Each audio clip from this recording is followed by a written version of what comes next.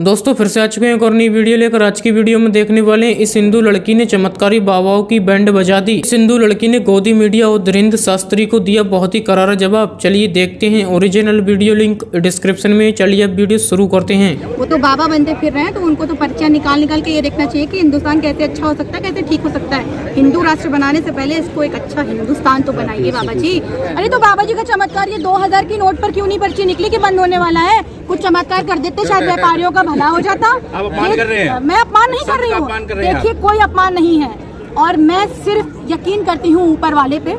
और अगर बाबा जी में इतना ही चमत्कार है तो अपने देश की बेरोजगारी और अपने देश के जो लोग परेशान हैं, एक पूरा जरूर देखें, वीडियो आगे शेयर भी करें। लीडर का और इन सब लोगों का क्या फर्ज होता है अपने देश के हालात ठीक करना।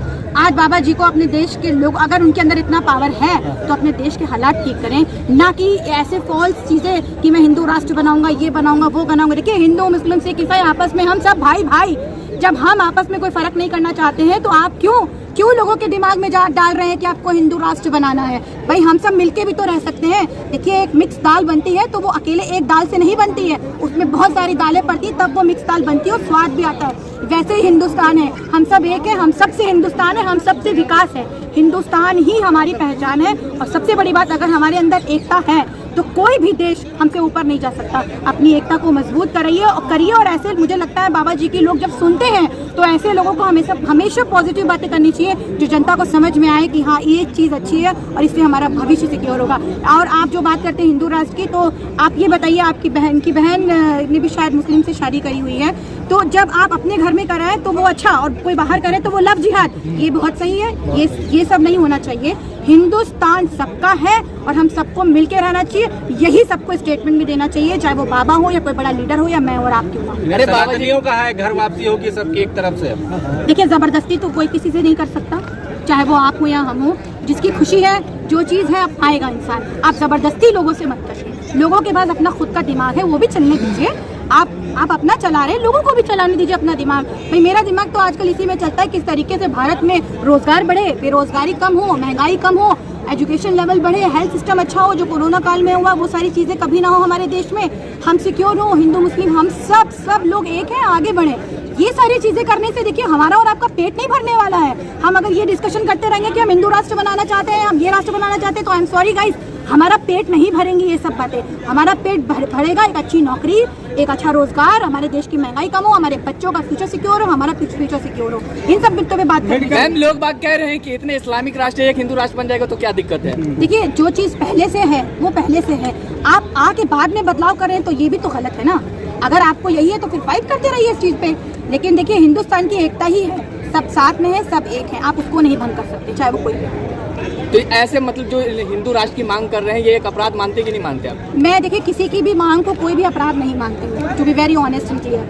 लेकिन मेरा सिर्फ ये मानना है कि जो हमारे देश की जो एकता है शुरू से, हिंदू मुस्लिम सिख ईसाई आपस में हम सब भाई भाई, आप उसको मत छेड़िए, उसको मत। नहीं तो संवैधानिक देश है, एक लोकतांत्रिक देश है, तो वैसे में हिंदू राष्ट्र की मांग कहाँ तक उचित है? ये संविधान के खिलाफ है। वही देखिए ना, संविधान के ही खिलाफ है ना। जब हमारे बाबा साहब ने संविधान लिखा था तो आप, मुझे लगता है एक बार सबको संविधान भी पढ़ लेना चाहिए कि उसमें क्या लिखा था। उनकी जयंती पे सिर्फ विश करने से ही सब कुछ नहीं हो जाता। मुझे लगता है उस दिन हम सबको एक बार संविधान फिर से पढ़ लेना चाहिए कि उसमें क्या लिखा है। आप तो महंगाई सह लेंगे भाई, आपका इतना बड़ा दरबार लगता है, जाने कितना आपको तो चढ़ावा चढ़ता है, तो आपके लिए महंगाई का क्या फर्क पड़ेगा? महंगाई तो हम और आप जैसे लोगों के लिए पड़ेगी ना। तो बाबा जी हम तो नहीं सह पाएंगे, आप सह लेंगे क्योंकि आपके पास है बहुत कुछ सहने के लिए। महंगाई देश में है कहाँ?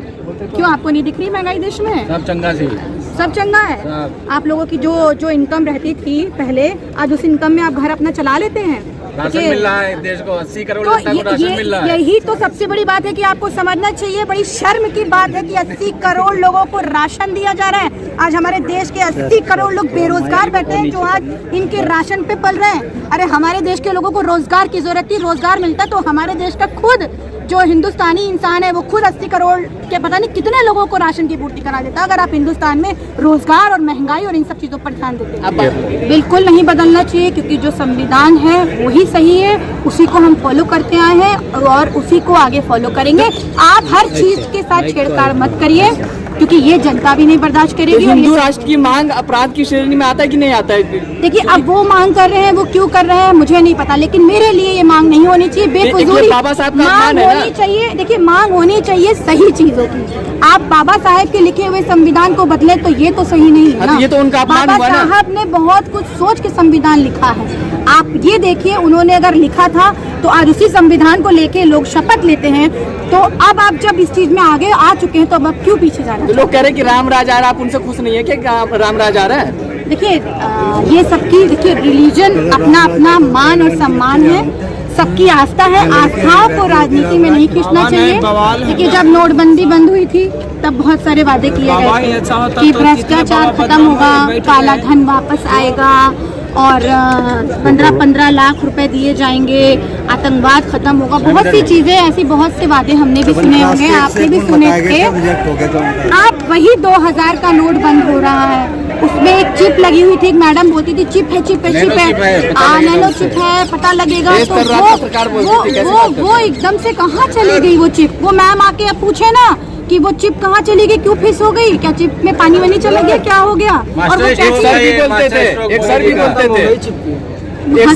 मास्टर स्ट्रोक जो होते हैं ना, वो देश के अच्छे के लिए होते हैं। ये कोई मास्टर स्ट्रोक नहीं है। इससे बहुत से लोग परेशान होंगे जो नोटबंदी के टाइम पे भी हो चुके हैं और अब फिर से होगा। और सबसे बड़ी बात, जब भी इलेक्शन आने वाले होते हैं तो विपक्ष को कमजोर करने के लिए सब चीजें करी जाती हैं और मुझे लगता है कहीं ना कहीं मैंने ये सब काला धन वापस लाने की एक प्रक्रिया है। पहले भी काला धन वापस नहीं आया था क्या? आपने कभी देखा? आपने किसी की रिपोर्टिंग करी कि आपको काला धन वापस मिला? हो सकता है कोई आज काला आए, धन मास्टर स्ट्रोक है, अब शायद कहीं से कुछ देखिए, जुगाड़। पहले नोट भी जमा नहीं होंगे ना। देखिए, पहले भी बहुत सारे वादे सुने हमने जो सारे फिस के फिस हो गए।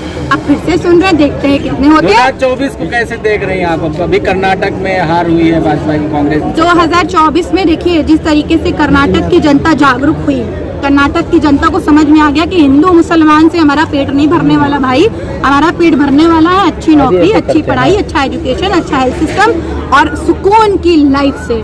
धीरे धीरे धीरे धीरे धीरे धीरे हर जगह कांग्रेस आएगी, क्योंकि कांग्रेस जो है ना, देश को जोड़ने का काम करती है और नौकरियों पर ध्यान देती है और लोगों की चीजों पे ध्यान देती है। वो ये नहीं करती कि वो हिंदू मुसलमान, ये चीज कांग्रेस ने नहीं करी, इसीलिए आज कांग्रेस कांग्रेस ने काम किया है। अमित शाह ने कहा था कांग्रेस की सरकार है कि दंगे होंगे कर्नाटक में। अच्छा, तो कहीं आपको दिखे?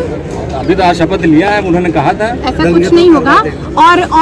और ऐसे मुझे लगता है इस तरीके के स्टेटमेंट बोलने भी नहीं चाहिए कि लोगों के कानों तक जाएं। आप बहुत एक रिस्पेक्टेड पोस्ट पर हैं, तो मुझे लगता है अपने हर पद की गरिमा को समझना चाहिए। ऐसी चीजें बोलनी नहीं चाहिए जो लोगों के कानों में जाए। कहीं ऐसा तो नहीं है कि ये कर्नाटक में जो सरकार बनी है ईवीएम पर विश्वास बना रहा है, इसलिए उन्होंने 2-4 राज्यों को जिताने के लिए प्रोग्राम मोदी जी ने बना रखा हो? बिल्कुल ऐसा नहीं है। कांग्रेस अपनी मेहनत से आई है और सबसे बड़ी बात, जनता ने कांग्रेस को वापस अपने लिए चुना है, क्योंकि जनता ने 2014 के बाद सारी चीजें देख ली है। कर्नाटक की जनता ने भी देख ली, अब आने वाले हर जगह की जनता ने। वीडियो यहीं पर खत्म करते हैं। अगर आप भी ऐसी वीडियो देखना पसंद करते हैं तो हमारे चैनल को जरूर सब्सक्राइब करें, वीडियो लाइक करें, वीडियो को ज़्यादा से ज़्यादा शेयर करें। Thanks for watching. अपनी राय कमेंट में जरूर दें।